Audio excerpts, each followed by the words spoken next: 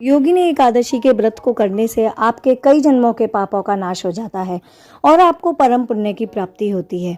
एकादशी के व्रत को करने वाले लोगों के लिए पूजा पाठ के साथ साथ व्रत कथा का पाठ करना अथवा श्रवण करना अनिवार्य माना गया है।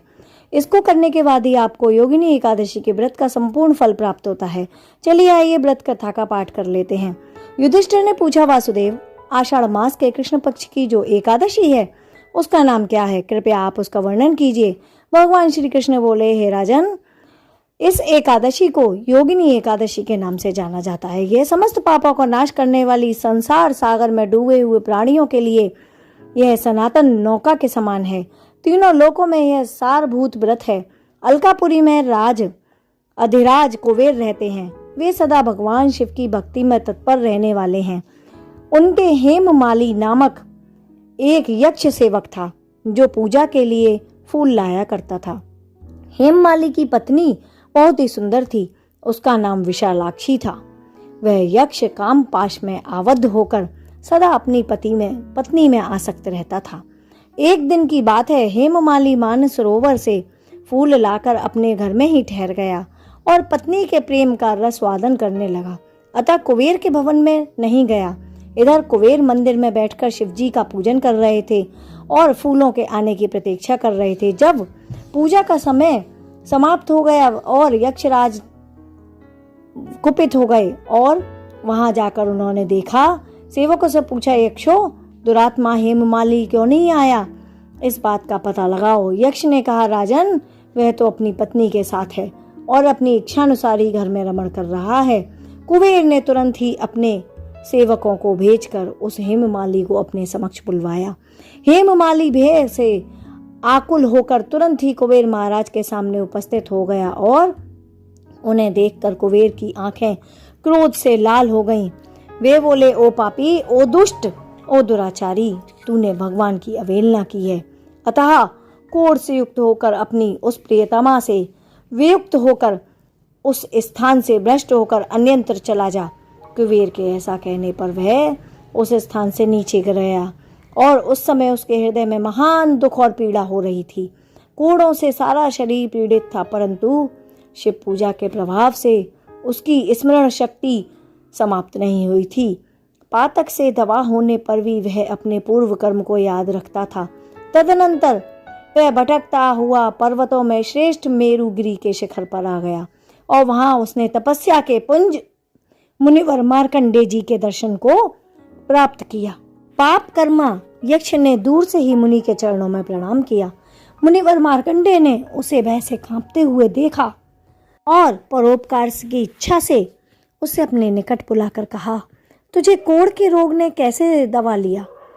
तुझे इतना भयानक रोग और इतना अधिक निंदनीय जान पड़ता है कैसे हुआ?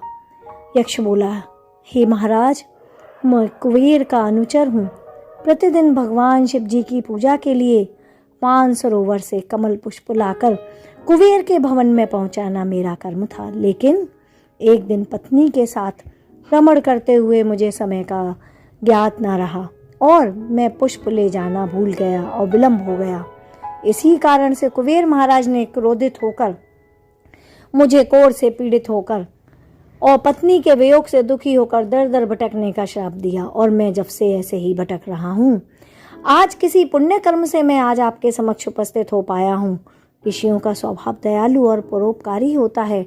सो हे महात्मन, आप ही मुझे वादे को कर्तव्य का बोध कराते हुए पाप से मुक्ति का कोई उपाय बताइए। मार्कंडेय जी ने कहा, तुमने यह सच्ची बात कही है, असत्य भाषण नहीं किया है। अतः मैं तुम्हें कल्याणप्रद व्रत का उपदेश करता हूँ। तुम आषाढ़ मास के कृष्ण पक्ष की योगिनी एकादशी का व्रत करो।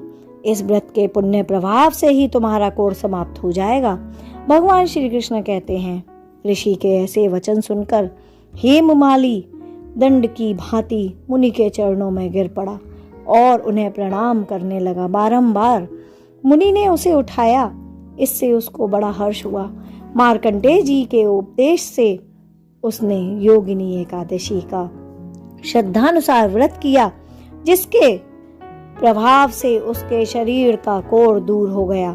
मुनि के कथनानुसार उस उत्तम व्रत का अनुष्ठान करने पर वह हेममाली पूर्ण सुखी हो गया।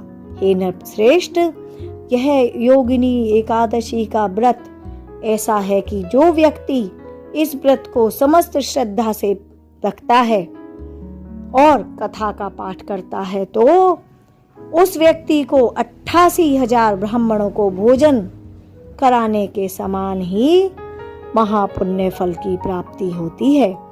योगिनी महान पापों को शांत करने वाली और महान पुण्य फल प्रदान करने वाली एकादशी है और इस योगिनी एकादशी व्रत कथा के पढ़ने और सुनने मात्र से ही मनुष्य के सब पापों का नाश हो जाता है और उसे जन्म जन्मांतर के बंधनों से भी मुक्ति प्राप्त हो जाती है। अतः इस एकादशी का व्रत करने से आपके सभी पाप नष्ट हो जाते हैं और आपको परम पुण्य की प्राप्ति होती है। इस योगिनी एकादशी के व्रत में विधि विधान से भगवान विष्णु की पूजा करनी चाहिए और साथ में माँ लक्ष्मी को भी पूजना चाहिए। राधे कृष्णा, आपका दिन शुभ हो। योगिनी एकादशी व्रत की आपको हार्दिक शुभकामनाएं।